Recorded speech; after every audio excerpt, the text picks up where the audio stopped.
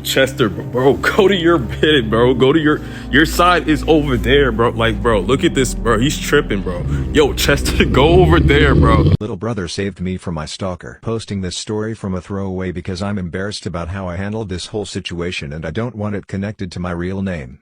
I'll start with some background. I'm a 20-year-old college student and my brother is 17. The story happened over summer, so I was home from college. Our parents were out of town because it was their 25th anniversary and they decided to take a vacation, leaving me and my bro home alone, which was fine by us. We spent most of the time drinking. In 1971, a baby that looked like an alien was born in South Africa. Growing up, his mom was very overprotective and never let him out the house. So he would do research every day on how the outside world looked. And then one day he was on YouTube, watching David Dobrik's vlog, then he got inspired. He then packed all his stuff one night and then snuck out. He then walked all the way back to where he was born. And then he opened the door and found this special key. He then touched this special key and he turned into his true identity, transformed into Elon Musk. So yes, Elon Musk is an alien. Make sure to tag a friend down in the comments to let them know. It's a story that you've heard that still gives you chills to this day. My grandfather's second wife was a sleepwalker, the kind that would get out of bed and do things like make a sandwich in the kitchen. My grandfather became used to it, and whenever he woke up in the middle of the night and she wasn't in bed beside him, he would find her and gently lead her back to bed without waking her up, just as he had been advised. But one night he wakes up, and she isn't lying in bed, but instead sitting on the edge of the bed, her back turned to him. He calls her name to ask what's wrong, but she doesn't answer, and he realizes she must be asleep. He can tell that she's doing something, holding something in her lap, but he can't see what it is. He sits up, looks over her shoulder, and sees what she's doing, still in her sleep, loading his revolver. In the 90s, there was a rumor going around the elementary schools of Chicago, Illinois. The rumor was that there was a creepy man dressed up as a clown. They called him Homie the Clown. Now, this wasn't just an ordinary clown. He was seen driving around in a white van trying to lure in kids with money and candy. Different variations of the story say that he was a kidnapper, and in others, he was a rapist. But in all the variations, Homie left a mark on the kids of Chicago, Illinois. The rumor was so big that even newspapers were being published about it. And after that whole fiasco, everything stopped. There were no more reports, no more articles, nothing. But one thing was for certain, Homie did exist. He not only frightened the kids, but the parents of them.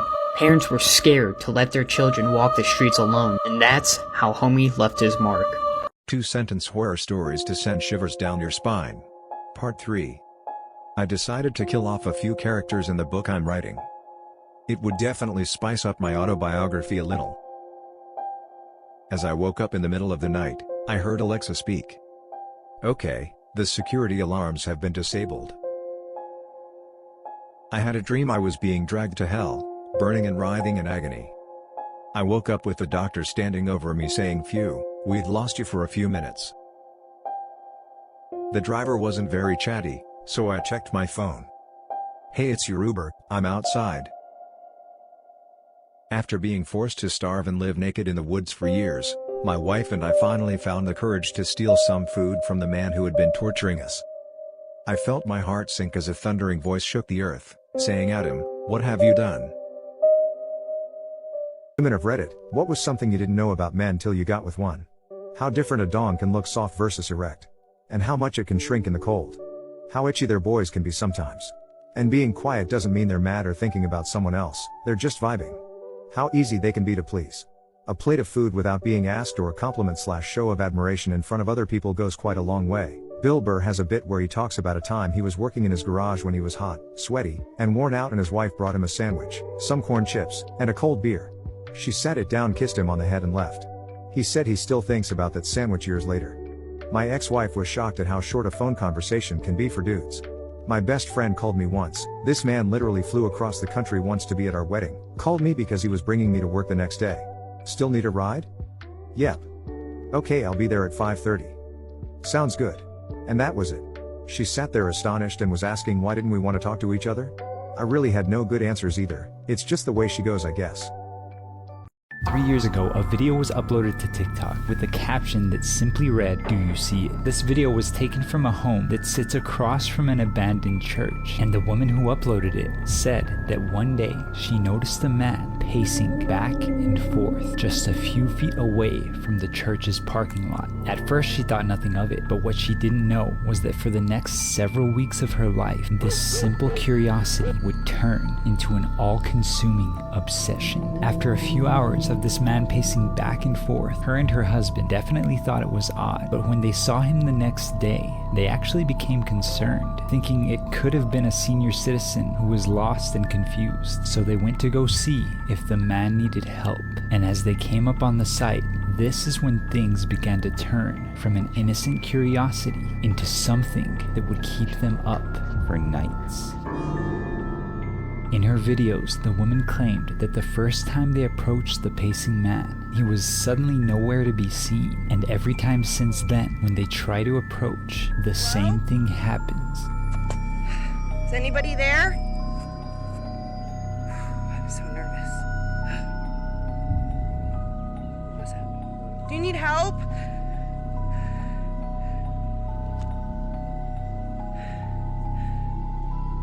You can see the full clips along with 4 other equally terrifying videos on my latest YouTube video titled The Pacing Man. Let's talk about this creepy video that's going absolutely viral on TikTok right now. The Appalachian Mountains video. So many of you guys were sending me the link to this video and I made the mistake of watching it at night. So let's break it down. The video was posted on March 19th by user Dustin Lee Frazier, and it's already at 17.6 million views and 1.9 million likes. And everybody in the comments is terrified. And in the video, Justin describes that they were Snapchatting their friend as they were at work alone in the Appalachian Mountains. But they say that when they replayed their Snapchat video, they found something terrifying. Like, let me just show you a little clip of it and then we're gonna break it down, okay? Here it is. I felt bad. Honestly, it's less like a little bit. I felt bad. And I don't know. I just, like, I feel like I need to go to a doctor, but like I'm constantly just like nauseous and I don't really know why. Like, I have tried to like take medicine for it and stuff, but I don't know. It doesn't seem like it really does anything. And then whenever I go and I'm just like laying down and stuff, like I can sleep, and whenever I sleep, it's like I don't like get rest, you know what I mean? So if you didn't catch it, it's this face right here. But aside from that terrifying face, people also mentioned that they heard whispering. People believe that it's a SW. Reading the comments right now and someone said, pretty sure it's attached to you, like no joke. Listen, Dustin, I don't know if you're playing a prank on us, but this isn't funny, okay? I don't want to believe that there can be beings like that. But what do you guys think? Is this real? Is this fake? Let me know. Sometimes truth is stranger than fiction. The case of Richard Trenton Chase is a story which even the most depraved horror writer would struggle to create. Over the course of 4 weeks spanning across 1977 and 1978, Richard Chase took the lives of 6 innocent victims in Sacramento, California. His murders gradually progressed in violence, beginning with drive-by shootings and culminating in acts of cannibalism. They're actually not, but I do have one that just wrote an hour ago called She's Here. It's story time. Take a seat. Those monsters taste horrible, by the way. Gerald Fredrickson was a disgusting man. From the time he was a small boy all the way to his teenage years, Gerald found pleasure in torturing animals and beating up kids that walked home alone, while other kids found interest in sports and video games. And being as big of a person as he was, there was almost nobody at any time that could ever tell him no or resist him. At the time he was 30 years old, Gerald was a full-blown menace with nothing but an ice cream truck to his name. 70 kills under his belt, all young girls and boys. The town was in absolute chaos, but nobody would suspect the jolly old ice cream man, Gerald thought to himself. So one day during a long and boring day of ice cream routes, Gerald decided to strike again. He had promised a young girl named Susan a few days ago a free vanilla cone. All she had to do was meet him at 9 p.m. sharp, just outside of town. Sure enough, 9 p.m. came, and Susan found herself walking up to the bright ice cream truck with the same red band in her head that she wore every day. Too easy, Gerald said to himself as he quickly turned the engine on. He shined his brights directly in her face and then punched the gas. The ice cream truck clipped little Susan, sending her flying across the street and barely clinging to life. Gerald then walked over to her weak body, scooped her up, placed her in the truck, and she was never heard from again. Just another victim of the mystery killer in town. What a hot little biscuit that was, Gerald proclaimed as he returned home after burying the body far away. He then sat on his couch and began to channel surf, but after a few minutes of that, he began to hear a small girl outside his window laughing. My God, those sound like Susan's laughs, Gerald said to himself, as he moved his large body all the way to his window, and then what he saw terrified him. It in fact was little Susan, but she looked very different. Her hair floating about wildly with no breeze. Her skin a very sickly gray color with cuts that were crawling with maggots, and a smile made of nightmares that went from ear to ear with rotten teeth visible. Oh Lord, she's here, Gerald screamed. He then quickly got dressed and ran all the way to his murderous ice cream truck. Gerald then locked his doors and prepared to make his getaway by fixing his rearview mirror, but what he saw petrified him. He was looking right into the eyes of his ghostly victim, Susan. Gerald then screamed and screamed and screamed. No one ever would find the body of Susan, but they did find Gerald. His skin was that same sickly gray color with cuts that were crawling with maggots, but his face was disturbingly contorted. But what confused the townsfolk the most was the red headband they found wrapped around his neck so tight that it cut through his skin and crushed his windpipe. It was the same one that little Susan had wore every day.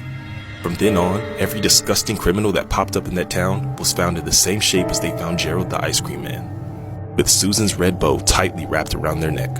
Like and comment for more stories.